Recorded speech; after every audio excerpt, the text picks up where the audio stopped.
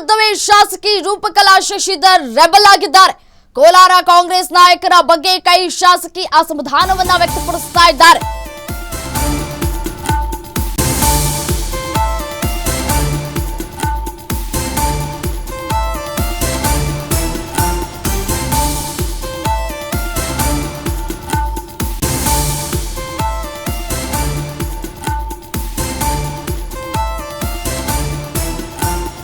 ಕಾಂಗ್ರೆಸ್ ನಾಯಕರ ಬಗ್ಗೆ ಕೈ ಶಾಸಕಿ ಅಸಮಾಧಾನವನ್ನ ವ್ಯಕ್ತಪಡಿಸಿದ್ದಾರೆ. ಕೆಡಿಪಿ ಸಭೆಗಳಿಗೆ ನಾನು ಬರ್ತಾ ಇಲ್ಲ ಅಂತ ಸುಖ ಸುಮ್ಮನೆ ಟೀಕೆಯನ್ನ ಮಾಡಲಾಗ್ತಾ ಇದೆ. ಡಿಸಿಸಿ ಬ್ಯಾಂಕ್ನಲ್ಲಿ ಕೆಲವರು ಷಡ್ಯಂತರವನ್ನ ಮಾಡ್ತಾ ಇದ್ದಾರೆ. ಕೋಲಾರ ಹಾಲು ಒಕ್ಕೂಟದಲ್ಲಿ ರೈತರನ್ನ ನಿರ್ಲಕ್ಷ್ಯವನ್ನ ಮಾಡಿದ್ದಾರೆ. ರೈತರ ವಿಚಾರದಲ್ಲಿ ನಮಗೆ ಯಾರೂ ಸ್ಪಂದಿಸ್ತಾ ಇಲ್ಲ ಅಂತ ಹೇಳಿ ಕಿಡಿಕಾರಿದ್ದಾರೆ. ನಮ್ಮನ್ನ ವಿಶ್ವಾಸಕ್ಕೆ ತೆಗೆದುಕೊಳ್ಳುವಲ್ಲಿ ಜಿಲ್ಲಾಡಳಿತ ವಿಫಲವಾಗಿದೆ.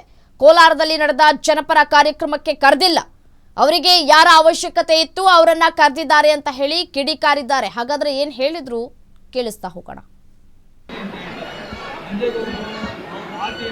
ಹೌದ್ರಿ, ರೈತರನ್ನ ನಿರ್ಲಕ್ಷ್ಯ ಮಾಡಿದ್ದಾರೆ. ನೋವಿದೆ, ಕಾಡ್ತಾ ಇದೆ. ರೈತರ ಸಂಸ್ಥೆನ ನೆಲ ಕಚ್ಚುವಂಗ್ ಮಾಡಿದ್ದಾರೆ. ರಾಜಕೀಯ ಷಡ್ಯಂತ್ರ ಮಾಡಿದ್ದಾರೆ.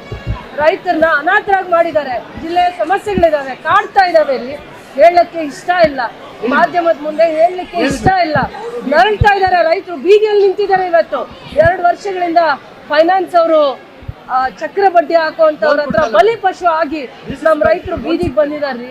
ಸಂಸ್ಥೆನ ಕಟ್ಟಿದ್ದಂತ ಸಂಸ್ಥೆನ ಹಾಳು ಮಾಡಿದ್ರು. ರಾಜಕೀಯವಾಗಿರುವಂತ ಷಡ್ಯಂತ್ರದಿಂದ ರೈತರ ಸಂಸ್ಥೆನ ಹಾಳು ಮಾಡಿ ಬೀದಿಯಲ್ಲಿ ನಿಲ್ಸಿದ್ರು. ರಾಜಕೀಯವಾಗಿ ದ್ವೇಷ, ಅಸೂಯದಿಂದ ದೇವರ ಅಧಿಕಾರ ಕೊಟ್ಟಿದ್ದನ್ನ ಅಸೂಯೆಯಿಂದ ನೋಡ್ತಾರೆ.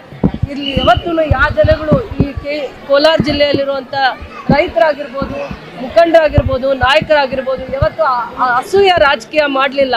ಆದ್ರೆ ಅಧಿಕಾರದಲ್ಲಿರುವಂಥವ್ರು ಅಸೂಯೆ ದ್ವೇಷ ಇಟ್ಕೊಂಡು ರೈತರ ಸಮಸ್ಯೆನ ನೆಲ ಕಚ್ಚೋಂಗ್ ಮಾಡಿ ಷಡ್ಯಂತ್ರ ಮಾಡಿ ರೈತರನ್ನ ಬೀದಿ ಪಾಲನೆ ಮಾಡಿದ್ರು.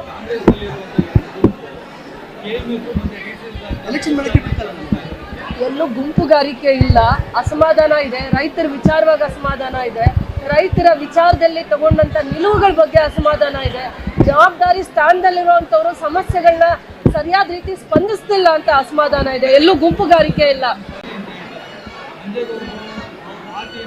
ಹೌದ್ರಿ, ರೈತರನ್ನ ನಿರ್ಲಕ್ಷ್ಯ ಮಾಡಿದ್ದಾರೆ. ನೋವಿದೆ, ಕಾಡ್ತಾ ಇದೆ. ರೈತರ ಸಂಸ್ಥೆನ ನೆಲ ಕಚ್ಚುವಂಗ್ ಮಾಡಿದ್ದಾರೆ. ರಾಜಕೀಯ ಷಡ್ಯಂತ್ರ ಮಾಡಿದ್ದಾರೆ. ರೈತರನ್ನ ಅನಾಥರಾಗಿ ಮಾಡಿದ್ದಾರೆ. ಜಿಲ್ಲೆಯ ಸಮಸ್ಯೆಗಳಿದಾವೆ, ಕಾಡ್ತಾ ಇದಾವೆ. ಇಲ್ಲಿ ಹೇಳಕ್ಕೆ ಇಷ್ಟ ಇಲ್ಲ, ಮಾಧ್ಯಮದ ಮುಂದೆ ಹೇಳಲಿಕ್ಕೆ ಇಷ್ಟ ಇಲ್ಲ. ನರಳ್ತಾ ಇದ್ದಾರೆ ರೈತರು, ಬೀದಿಯಲ್ಲಿ ನಿಂತಿದ್ದಾರೆ. ಇವತ್ತು 2 ವರ್ಷಗಳಿಂದ ಫೈನಾನ್ಸ್